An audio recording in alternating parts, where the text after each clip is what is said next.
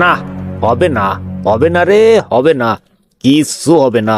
এরকম যদি কিছু না হয় তাহলে তোর আর আমার কারোরই চাকরি থাকবে না, এটাই বাস্তব। আপনি কিসের কথা বলছেন স্যার? কি হবে না আর কেন আমাদের চাকরি থাকবে না? সারা রাত জাগে মন্দিরের আঙ্গিনায় বসে রামায়ণ শোনার পর সকালবেলা ঘুম থেকে জাগে যদি বলিস সীতা কার স্ত্রী, তাহলে তো অভিনে অভিনে। দেহ তো কেমনটা লাগে, বারা চাউল কালি করছো হবি নে কিছু হবি নে, চাকরি থাকবি নে, কিন্তু কেন থাকবি নে সেটা না কয়ে খালি তেনা পেঁচাচ্ছে। কিরে বিড় করে কি করছিস? কিছুই তো কানে আসতেছে না, জোরে জোরে ক শুনি। এই গার মারছে, কি কইছি? এখন যদি জোরে জোরে বলি তাহলে তো সরকারি চাকরি নেওয়ার আগে উনি আমার চাকরি খাই ফেলাবে না, অন্য কিছু বুঝাই দেই। তেমন কিছু না স্যার, তেমন কিছু না, আপনারাও কিছু করছি নে। আমি ওই বিড় করে দোয়া কালাম পড়তেছি যেন আমাদের যে মুসিবত মাথার উপরে গুড় করতেছে ওই মুসিবত যাতে কাইটে যায়, তার জন্য দোয়া কালাম পড়তেছি। দোয়া কালাম? দোয়া কালামে কাম হবি না নে, কাজ দেহাতে হবি, কাজই হচ্ছে আসল, তারপরে দোয়া কালাম। তা স্যার কোন কাজের কথা করছেন? খুলে না বললে বুঝবো কেমলায়, সবকিছু খুলে বলেন। আরে নতুন সরকারের উপর পর্যায়ে নির্দেশ আইছে যে আমাদেরকে আয়নাঘর খুঁজে বাড়ি করতে হবে, কিন্তু আয়নাঘর তো খুঁজে পাচ্ছি নে। খুঁজে কেমলায় পাবো স্যার? এইসব আছে নাকি? চলেন আমরা তাকে নিয়ে ওই আয়নার দোকানে নিয়ে যাই। আয়নার দোকান তো আয়নার একটা ঘরই, তাকে দেখাই দেবানি যেই যে হচ্ছে আয়না ঘর।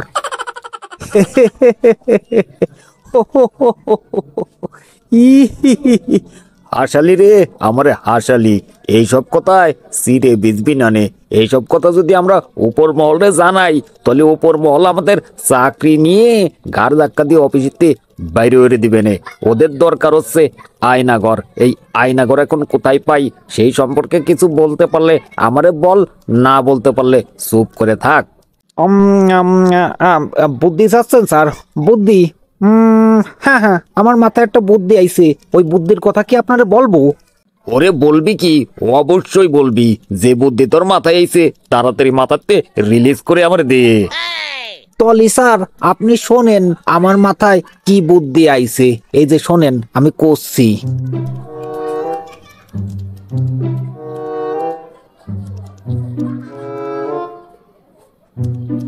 সাব্বাস সাব্বাস, ওরে আমার আল্লাহ, তোর মাথায় তো আসলে মেলা বুদ্ধি।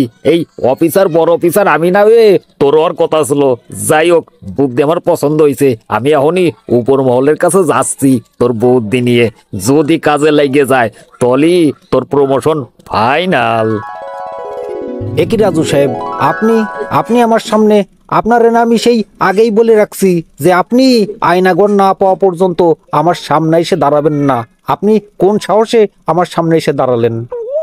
আর এত ভাব নিয়েন না। এসি ঘরে বসে গদিয়ালা চেয়ারে বসে আর কি পাছা গরম করেন আর খালি আমাগর উপরে জারাজারি করেন, এটা কিন্তু ঠিক না। আমি আমি এজেন্ট রাজু খাটাস, আমি আপনার মতো না, বুঝছেন? এই এসি ঘরে বসে পাছার চর্বি বাড়াইনে আমি কাজ করি। রাজু সাহেব মুখে লাগাম দিয়ে কথা বলেন। আপনি আমারে কি বোঝাতে চাচ্ছেন যে আমি কোনো কাজ করি না? আর কাজ যদি না করি এই চেয়ারে কি উড়িয়ে এসে জুড়ে বইছি নাকি? এই বিষয়টা নিয়ে আপনার সাথে আমি তর্ক করতে চাচ্ছি না, বুঝছেন? আমার সময়ের মূল্য আছে। আপনার সময়ের এত মূল্য? ওরে বাবা, তা কি কি কামটা করে আমার সামনে আইছেন বলেন দেখি শুনি। আয়নাঘর, আয়নাঘরের কথাই করতে আইছি। আমি আয়নাঘর পাইয়ে গেছি। কি কি বললেন আপনি? আমি কি কানে ভুল শুনলাম নাকি? না, এই দিনে দুপুরে তো কানে ভুল শোনার কথা না। তা কোথায় কোথায় সেই আয়নাঘর? তাড়াতাড়ি আমারে ঠিকানা দেন, আমারে নিয়ে চলেন। এ মামা বাড়ির আবদার, আপনার আমি আয়নাঘরের ঠিকানা দেবো, তারপরে আয়নাঘরে নিয়ে যাব। ওই রুমের বুহা আমি না, বুঝছেন? মানে? মানে বোঝেন না? আয়নাঘর খুঁজে পাইছি আমি, আর উপর মহলে মানে যারা আপনারে নির্দেশ দিয়েছে এই আয়নাঘর খুঁজে বাইর করার, আমি তাগরেই আয়নাঘরের ঠিকানা দেবো, তাগরেই নিয়ে যাব, তাগোর সাথে আমি সরাসরি কথা বলবো, বুঝছেন? আয়নাঘরের ঠিকানা খুঁজে বাইর করবো আমি, আর সেই ঠিকানা নিয়ে আপনি উপর মহলে জানাইয়ে তারপরে প্রমোশন নেবেন। হবে না, আমি প্রমোশন নেব। কি কি এত বড় কথা? আমি আপনার চাকরি খাইয়ে ফেলাবো, আপনার আমি ডিসমিস করে দেবো। ডিসমিস করবেন? হরেন, তাতে আমি কোনো ভয় পাইনি। হে হে হে, আমার কলিজা এত বড়, আমার সাহস এত বড়। আপনি ডিসমিস হওয়ার পরে আমি ওই প্রেস ক্লাবের সামনে যেয়ে তারপরে সংবাদ সম্মেলন করব, সব জানাই দেবো সবাই রে। তারপরে যখন সরকার মহল জানবে নে যে আয়নাঘর খুঁজে বের করছি আমি, কিন্তু আপনি প্রমোশনের জন্য আমারে চাকরি থেকে ডিসমিস করে দিয়েছেন, তখন কিন্তু আপনার কপাল পুড়ে যাবে নে। আপনার এই চাকরির থেকে একেবারে হরে কৃষ্ণ বৃন্দাবনে পাঠাই দিবেন। এখন কি করবেন করেন। না না না না না রাজু সাহেব, এই এই এই ধরনের কাজ আপনি করবেন না, করবেন না। ঠিক আছে ঠিক আছে, আমি উপর মহলের সাথে মানে যারাই আয়নাগরের সংবাদ দিবার কইছে তাদেরকে আমি আপনার কাছে, ধরো কি উল্টো পাল্টা করছি, তাদের কাছে আপনার আমি নিয়ে যাচ্ছি, চলেন। এই তো লাইনে আইছেন, ভালো লাগছে। এই লাইনটা এত তেনা পেছানোর আগে যদি লাইনে চলে আসতেন তাহলে আখেরে ভালোই হতো আপনার জন্য। তা চলেন, যেহেতু শেষ পর্যন্ত বুঝতে পারছেন, আপনার আমি ক্ষমা হয়ে দিলাম। চলেন চলেন। অফিসার, তুমি আমারে আয়নাঘরের কথা বলে এই সেনানিবাসে এই টর্চার সেলে নিয়ে আসলে কেন? বিষয়টা আমি বুঝলাম না। আহা, এত অস্থির হবেন না, আপনার আমি বোঝয়ে করছি। এনে আনছি আপনারে ইন্টাররোগেট করার জন্য।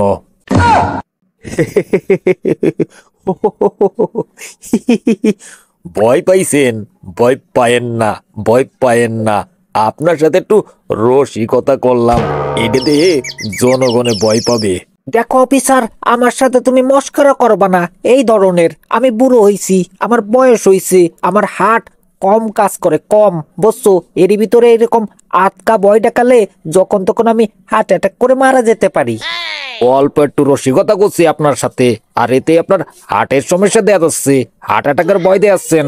অথচ আপনি ক্ষমতায় আইসি তারপরে জনগণরে অবিরত দিনের পর দিন ভয় দেখাচ্ছেন।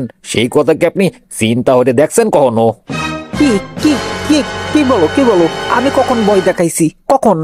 ওই যে জনগণরে কোন আয়নাগর, আয়নাগর আছে, আয়নাগরে নিয়ে অত্যাচার চালানো হয়, এই ভয়ই তো আপনি দেখাচ্ছেন সবাই রে। ও, এই কথা। আরে মিয়া, ভয় না দেখালে কি রাজনীতি থাকে নাকি? রাজনীতির অপর নাম হচ্ছে ভয়। যে ভয় দেখাতে পারে সে ক্ষমতায় থাকতে পারে, যে ভয় দেখাতে পারে না সে ক্ষমতায় থাকতে পারে না, জানো না? তা এখন বলো, তুমি যে আমার এই যে সেনানিবাসে নিয়ে আসলে এই টর্চার সেলে, এই সেনানিবাসের টর্চার সেল কিভাবে মানুষ বিশ্বাস করবে যে এটা একটা আয়নাঘর? কেন, আপনি যে দেখতে পাচ্ছেন না স্টিলের যে চেয়ারটা, এটা তো ইন্টাররোগেশন চেয়ার। এর উপরে বসাইয়েই তারপরে ইন্টাররোগেশন করা হয়, তা জিজ্ঞাসাবাদ করা হয়। তা এইগুলো তো আর সাধারণ জনগণ কোনোদিন দেখি নেই। ওগুলো যদি আমরা কয়ে দেই এটাই আয়নাঘর আর এই চেয়ার হচ্ছে ইলেকট্রিক শক দেওয়ার চেয়ার, তলেই তো হয়ে গেল। তুমি কথা মন্দ বলনি, তোমার মাথায় আসলেই ঘিলু আছে। সাধারণ জনগণ তো আর এইসব ইন্টাররোগেশন সেল দেখে নাই, এই সিআরও দেখে নাই। ওদেরকে আমরা যা বলবো তাই বিশ্বাস করবে। ঠিক আছে ঠিক আছে। ঠিক আছে করলে অভিনানে জনাব, আমারে প্রমোশন দিতে হবি। আমার প্রমোশন না দিলে কিন্তু কাম অভিনানে আমি সব ফাঁস করে দেবানি। আরে আমারে খামাখা ভয় দেখাও না তো। তোমার প্রমোশনের দরকার, তোমার আমি প্রমোশন করে দিচ্ছি, আমার তো কোনো সমস্যা নাই। তুমি প্রমোশন নাও। তা তুমি এখন বলো, তুমি প্রমোশন নিয়ে কি হতে চাও? আমি আইন উপদেষ্টা হতে চাই। ঠিক আছে, যাও, তোমার আইন উপদেষ্টা করে দিলাম। আগের উপদেষ্টা বাদ, তুমি এখন উপদেষ্টা। হে হে হে হে, আমি এখন উপদেষ্টা।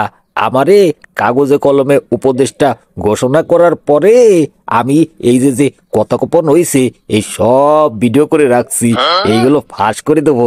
আমি যখন এইগুলো সব ফাঁস করে দিবানি তখন সবাই আমারে বিশ্বাস করবে না, আর এই সেই বিশ্বাস থেকেই আমি হয়ে যাব প্রধান উপদেষ্টা। আমার বহুদিনের শখ আমি একটা দেশের প্রধান হব, সেই সুযোগটা এখন আমার চোখের সামনে ভাসতিছে, মাত্র কিছু সময়ের জন্য বাকি আছে। এ, তুমি বিড়বিড় করে কি করছো? করছি করছি, বিড়বিড় করেই তো করছি, বিড়বিড় করে আল্লাহর কাছে শুকরিয়া আদায় করতেছি।